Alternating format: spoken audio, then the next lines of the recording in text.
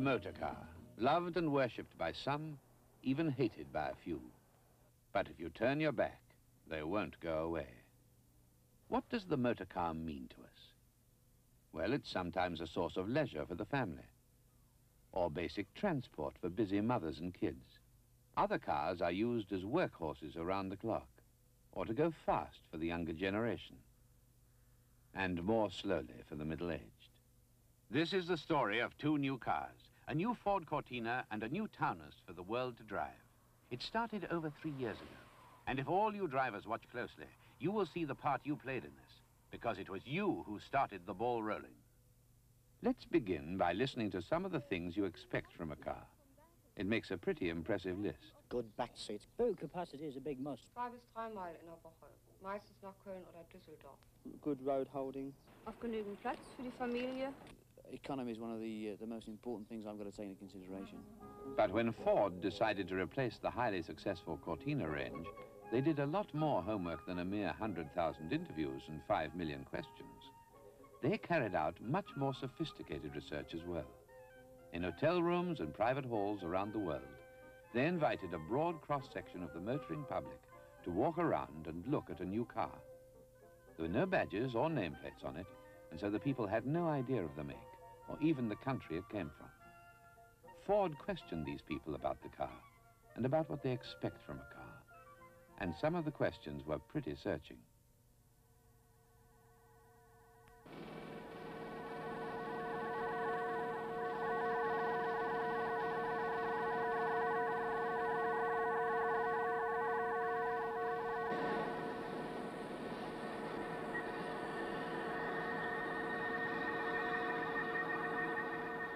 The results of this research in depth and of the 100,000 interviews were then analyzed by computer. What came out of the other end? Several million headaches for the designers and engineers. And for the product planners, the men whose job it was to coordinate the new car concept.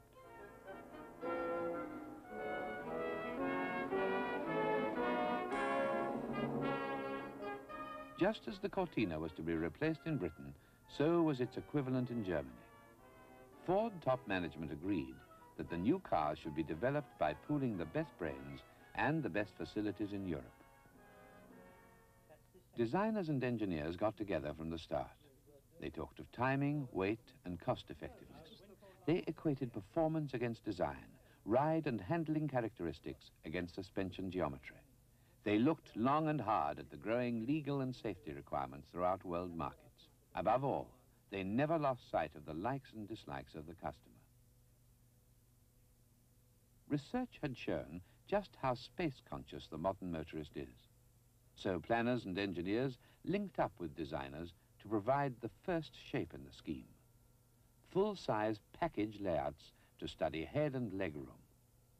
A third dimension emerged with the building in clay of a number of full-size models and a lot of the interior appointments. With clay, modelers can change the shape almost as fast as designers can change their minds. But humble clay in the hands of craftsmen is transformed into finely executed detail that can be touched and looked at and appraised.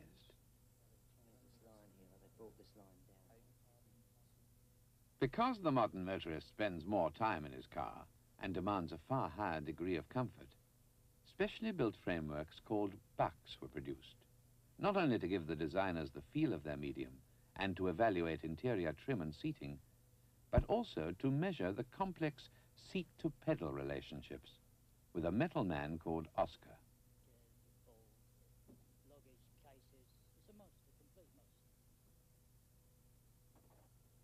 No, not a finished prototype, but a full-size model built in fiberglass.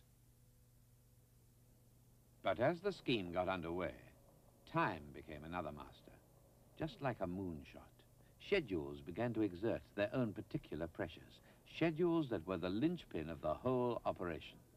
For now, the approved clay models and sections became the very first source of measurement information. With blueprints, bulging briefcases, and even boxes of oily components, the men engaged on the project commuted into each other's offices and workshops.